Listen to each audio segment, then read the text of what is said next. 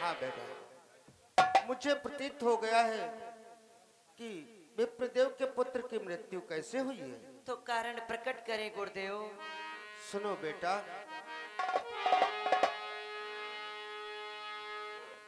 कि वास्तव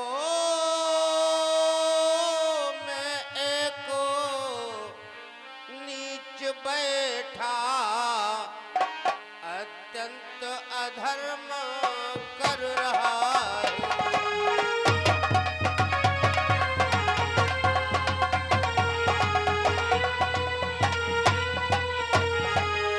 कि वास्तव में एक नीच बैठा अत्यंत अधर्म कर रहा है। कि विंध्याचल के गहरे वन में ब्राह्मण का कर्म कर रहा है।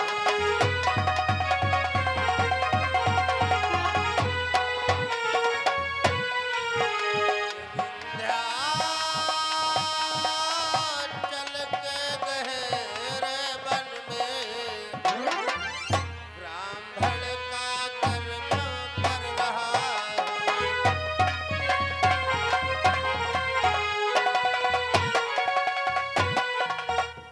बेटा राम, एक नीच अत्यंत अधर्म कर रहा है और वो ब्राह्मण का कार्य कर रहा है, इसीलिए विप्रदेव के पुत्र की मृत्यु हो गई है।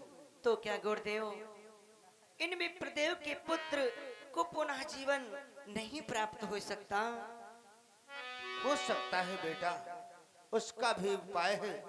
यदि आप उस ब्राह्मण का, उस नीच का वध कर दें तो विप्रदेव का पुत्र जीवित हो जाएगा।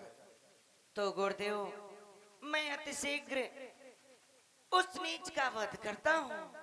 अवश्य बेटा राम।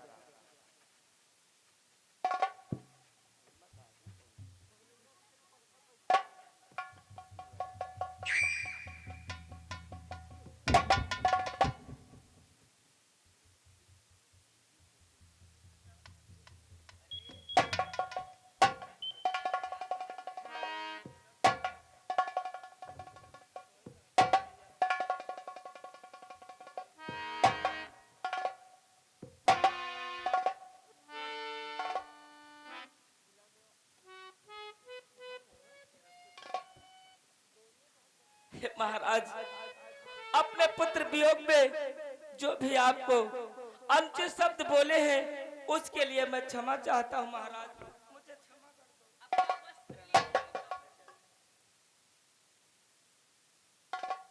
आपकी जय हो महाराज, आपकी जय हो।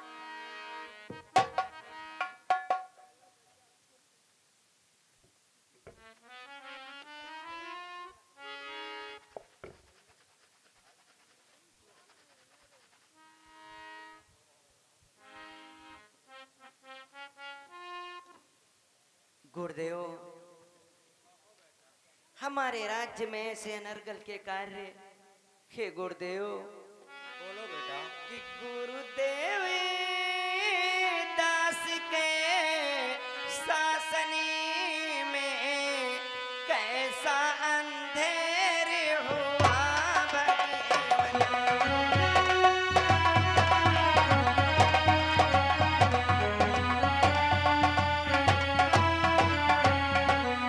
गुरुदेव दास के शासन में कैसा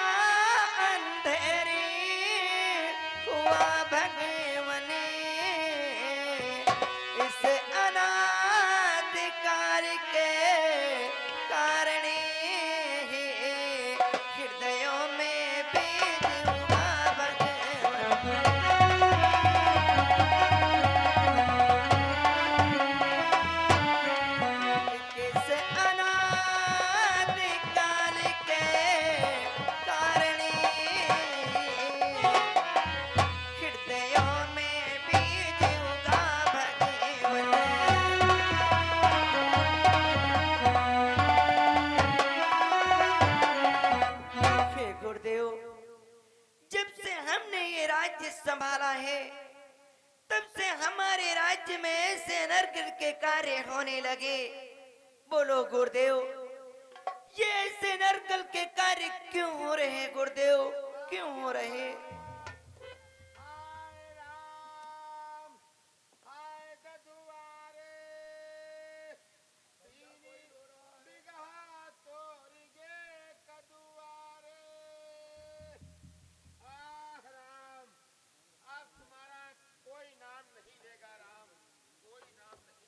क्या हुआ भैया? तुम जब से अयोध्या के राजा हुए हो, तब से तुम्हारे शासन में न्याय नहीं अन्याय, धर्म नहीं अधर्म, अब तुम्हारा नाम कोई नहीं लेगा, कोई नहीं लेगा। हमारे राज्य में अधर्म? हे भैया, ऐसा क्या हुआ जिसके कारण तुम हम पर दोष लगा रहे हो? अब तुम्हारा नाम कोई नहीं लेगा राम। तुमसे पहले अयोध्या में ना जाने कितने राजा हुए, उनके शासन में कभी ऐसा नहीं हुआ जो आपके शासन में हो रहा है। अब क्या? तुम्हारा नाम कोई नहीं। क्या भैया, तुम्हारा भी कुछ नुकसान हुआ है? एक नुकसान दादा, करेज पकड़े बैठन, ढाई बिगहा घुइया रहे रत ही राता खोद गई, या लौकी लाग रहे रोज लड़का कहती रहे रेउता खई बैरे। हाँ, देखा हुई का कोनो बौका सहित नोच लेगा। क्या? एक नुकसान दादा, या क्या लग गहरी लाग रहा है लड़का कहती रहे ई का काट गभू समगाड़ बरे, बुद्धक देखा कोनो तरह से पहुंच लेगा। एक नुकसान करे जो पकड़े बैठ हन दादा। हाँ, और को नुकसान हुआ है भैया? दुआ या कबरी छगड़ी रहे रोज लड़का कहती रहे बियाई पापा दो दो खाई बैरे, सो कबार डारे गए। एक नुकसान, अब तुम्हारा कोई नाम नहीं लेगा राम। भैया, जो भी तुम्हारा नुकसान हुआ है, हम अपने धन कोष से तुम्हारे समस्त नुकसान की भरपाई करेंगे। क्या तुम हमारे नुकसान को भरपाई करोगे? हाँ भैया। अच्छा, भ्रात लक्ष्मण, जाओ, जो भी इनका नुकसान हुआ है, धन कोष से इनके नुकसान की भरपाई करो। चलो, मगर बच्चा वही लिया।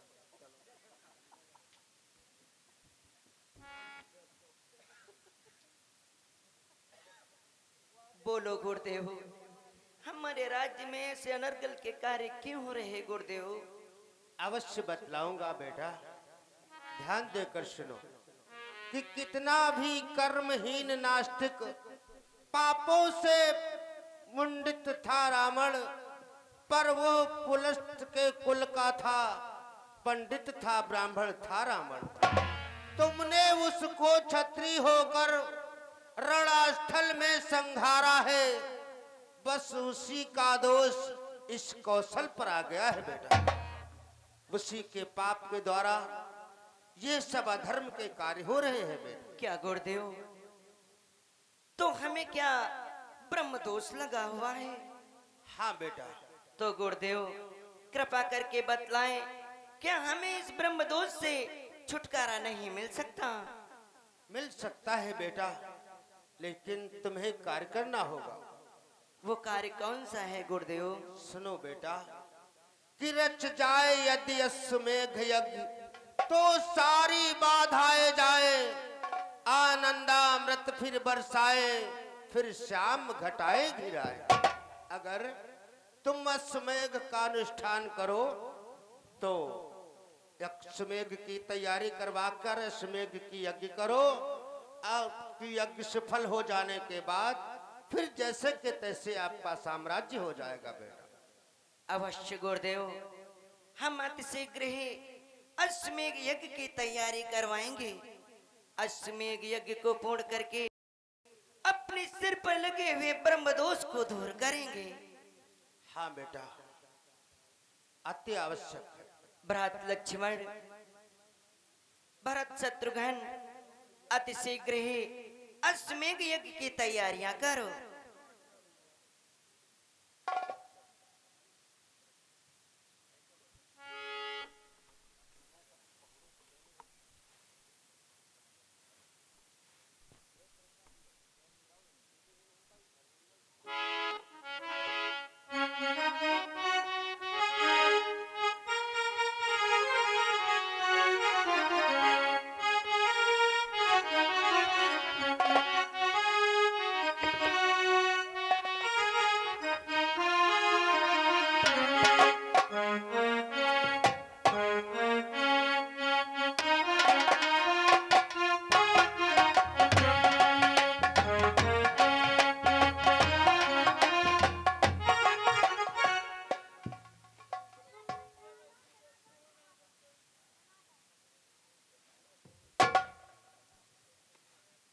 लो और बच्चे कुछ कहो माता जी, आप क्या कहना चाहती हो? देखो, आज तक तुम दोनों खेलते कूदते आए हो, परंतु आज मैं तुम्हें एक कार्य सौंपने जा रही हूँ। बोलो माता जी, हम दोनों भाइयों के लिए कौन सा कार्य है? पुत्रों, आज से तुम्हें गुरुजी की सेवा करना है। परंतु माता जी, मैं आपसे पूछना चाहूंगा, गुरुजी की सेवा करने में हम दोनों भाइयों को क्या लाभ प्राप्त होगा? जब तुम गुरुजी की सेवा करोगे तो गुरुजी तुम्हें अनेक विद्याएं सिखाएंगे। कैसी विद्याएं? जैसे कि सितार बजाना, संगीत के माध्यम से अनेक शास्त्रों का ज्ञान होगा तुम्हें। ऐसी बात है?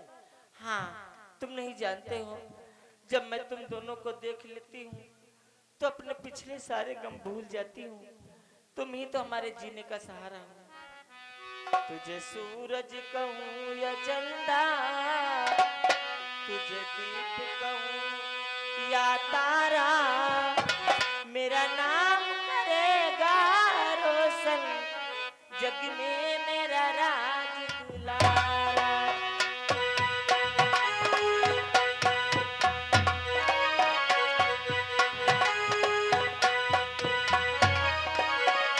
मेरा नाम करेगा रोशन, जग में मेरा राज दुलारा।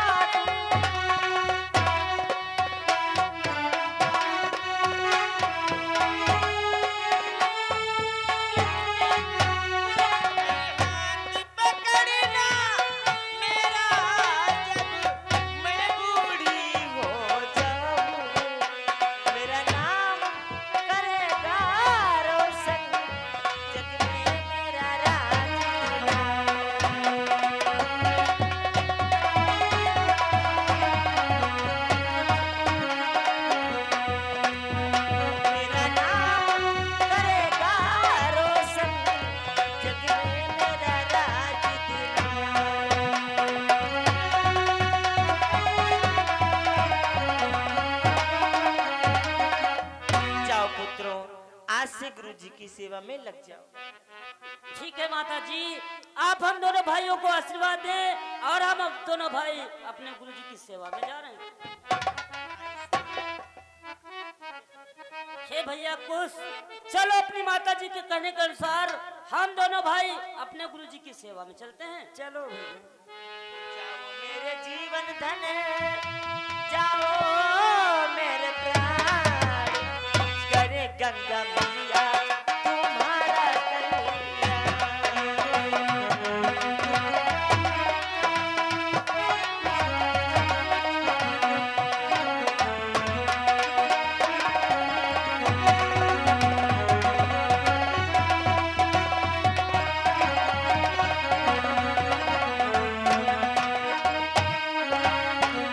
चले गए नैनों के तारे, चले गए नैनों के तारे, हमारे राज दुलारे।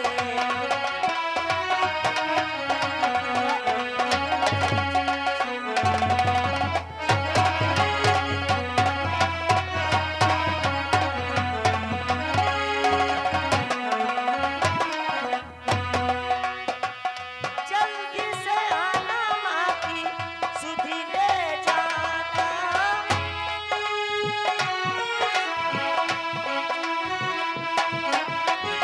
तुम ही हो जीने के सहारे, तुम ही हो जीने के सहारे, हमारे राज दुलारे।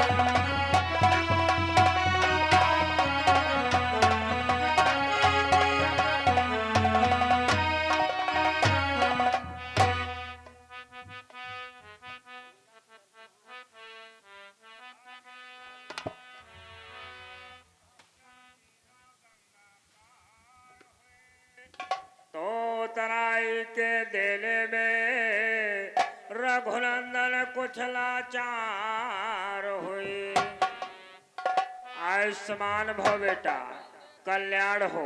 आओ मेरे समीप बैठ जाओ।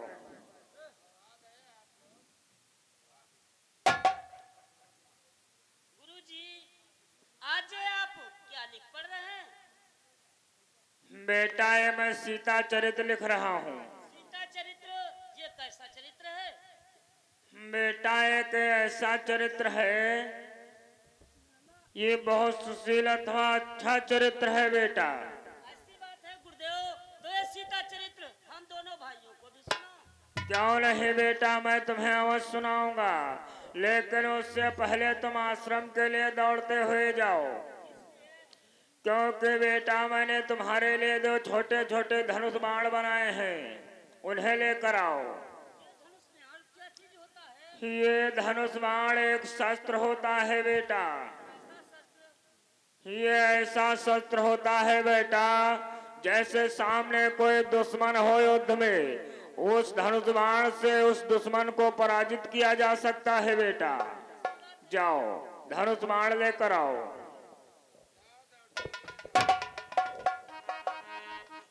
ओ समय अवस्था रघुबर के, सीता ने अवलोकन के थे, निज कर से मणि मुंदरी देकर, कर डाली स्वामी के मन की। धनुष बाण ले आए हो बेटा।